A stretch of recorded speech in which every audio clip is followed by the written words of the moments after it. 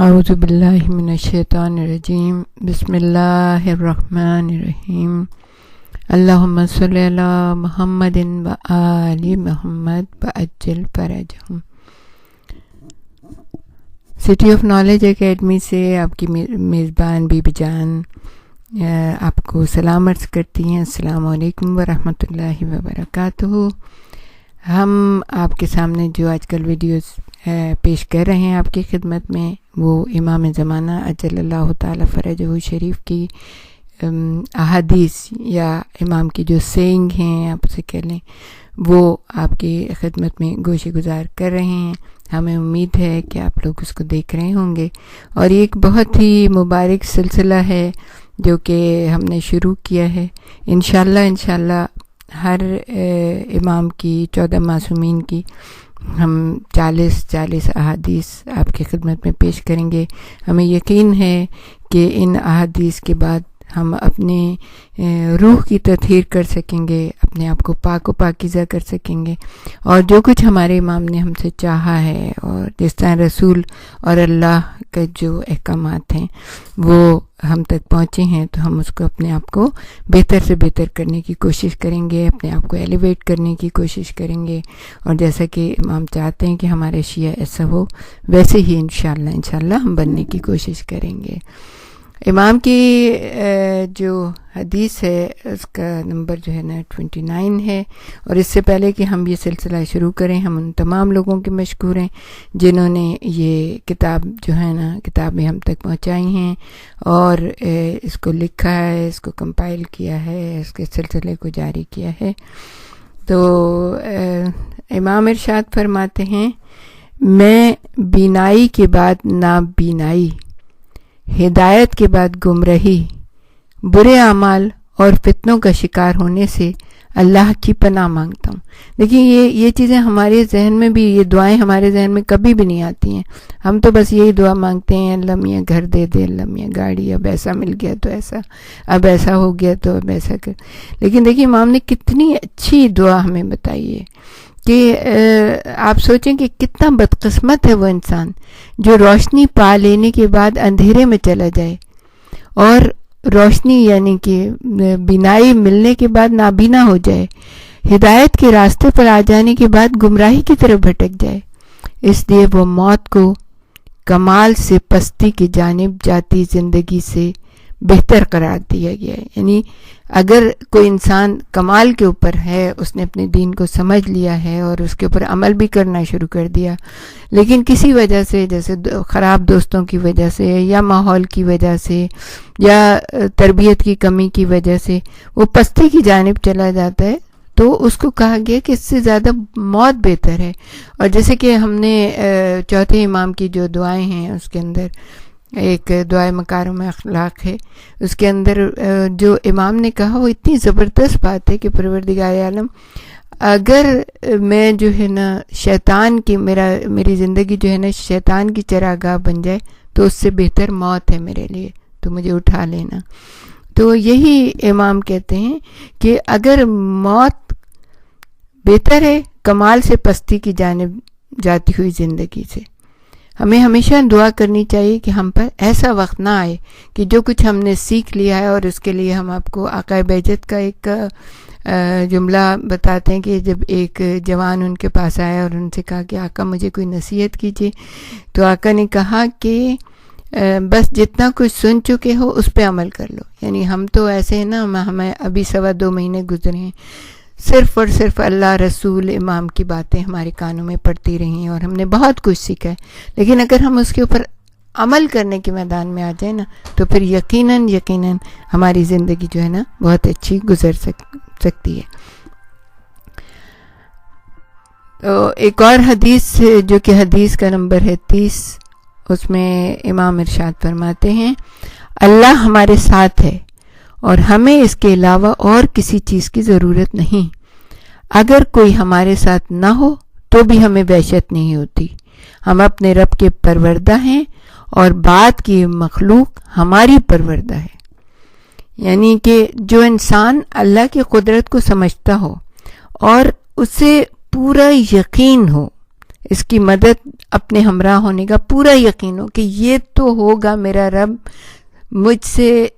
اتنا قریب ہے کہ جو بھی میں اس سے اچھی دعا کروں گا اور وہ میری مدد کرے گا، دین کے معاملے میں بھی مدد کرے گا، دنیا میں بھی مدد کرے گا، اس سے بہتر اور کوئی مددگار۔ اس یقین کامل کے ساتھ اگر انسان زندگی گزارتا ہے تو پھر اگر کوئی بھی اس کے ساتھ نہ ہو، پوری دنیا ایک طرف ہو، تو بھی اسے کسی قسم کا خوف بھی نہیں ہوتا اور کسی قسم کی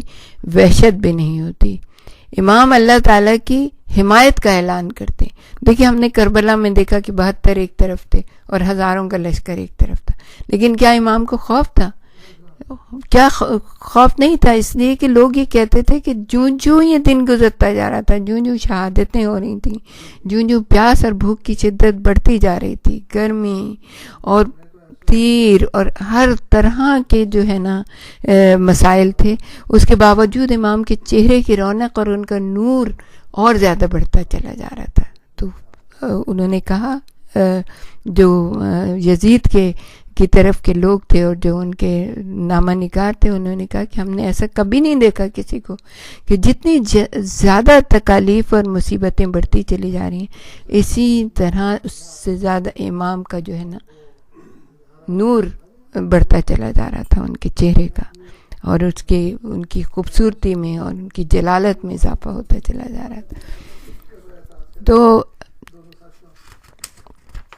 ایک اور جو حدیث ہم آپ کے سامنے پیش کرتے ہیں، حدیث نمبر 31 ہے، تو اس میں ظہور میں رکاوٹ کے بارے میں کہا گیا ہے کہ اگر ہمارے شیعوں کو، یعنی اللہ ان کو اپنی اطاعت کی توفیق دے، ہمارے شیعوں کے درمیان عہد و پیمان الہی کی وفا میں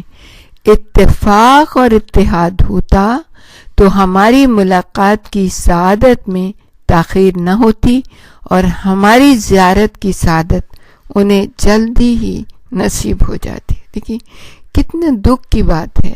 کہ ہم اپنے امام کا چہرہ مبارک، ان کے وجود سے اتنے زیادہ محروم ہیں، ہم انہیں دیکھ نہیں سکتے۔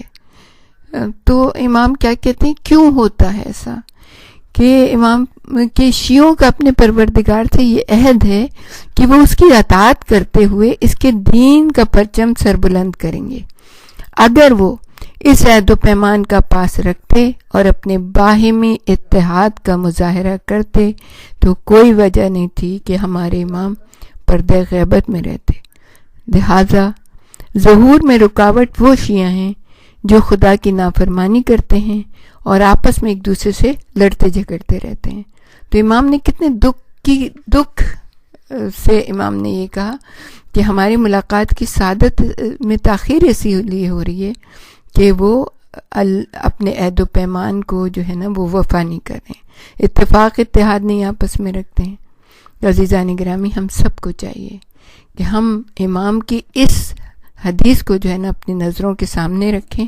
اور کبھی بھی ایسا کوئی موقع ہے، کوئی ہمیں ستائے یا کوئی ہم سے جھگڑا کرنے کی کوشش کرے، ہم اس سے اچھا برتاؤ کریں،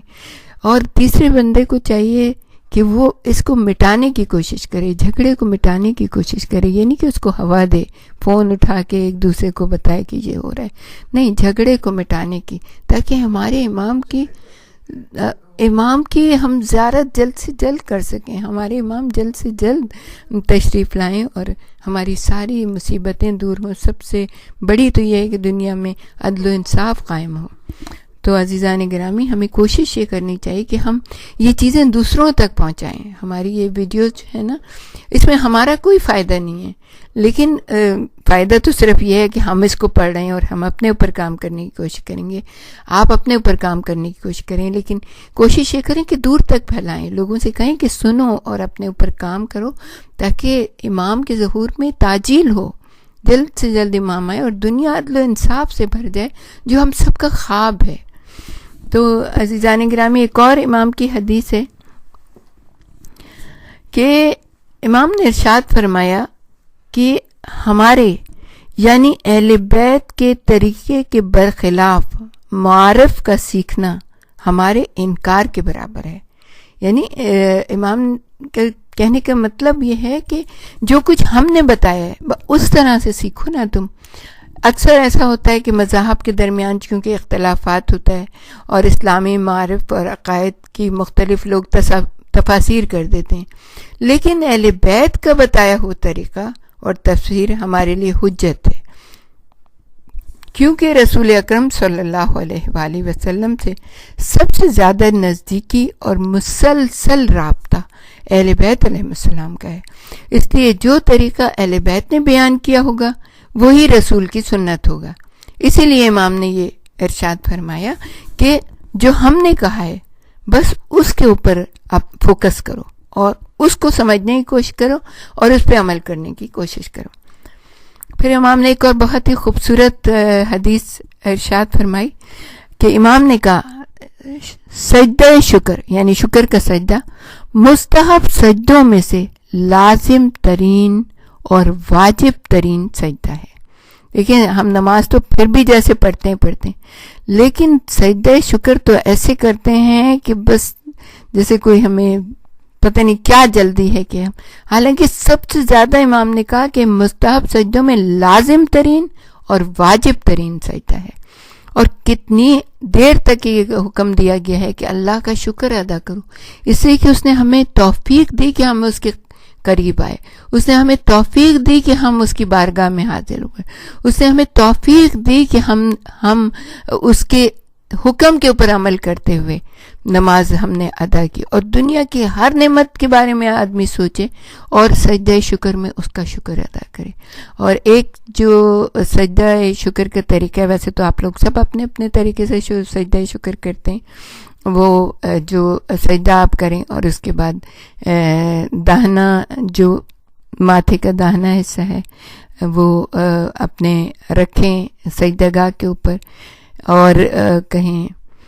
الحمدللہ الحمدللہ الحمدللہ جتنی دفعہ بھی آپ کر سکتے ہیں. اور اس کے بعد لیفٹ جو حصہ ہے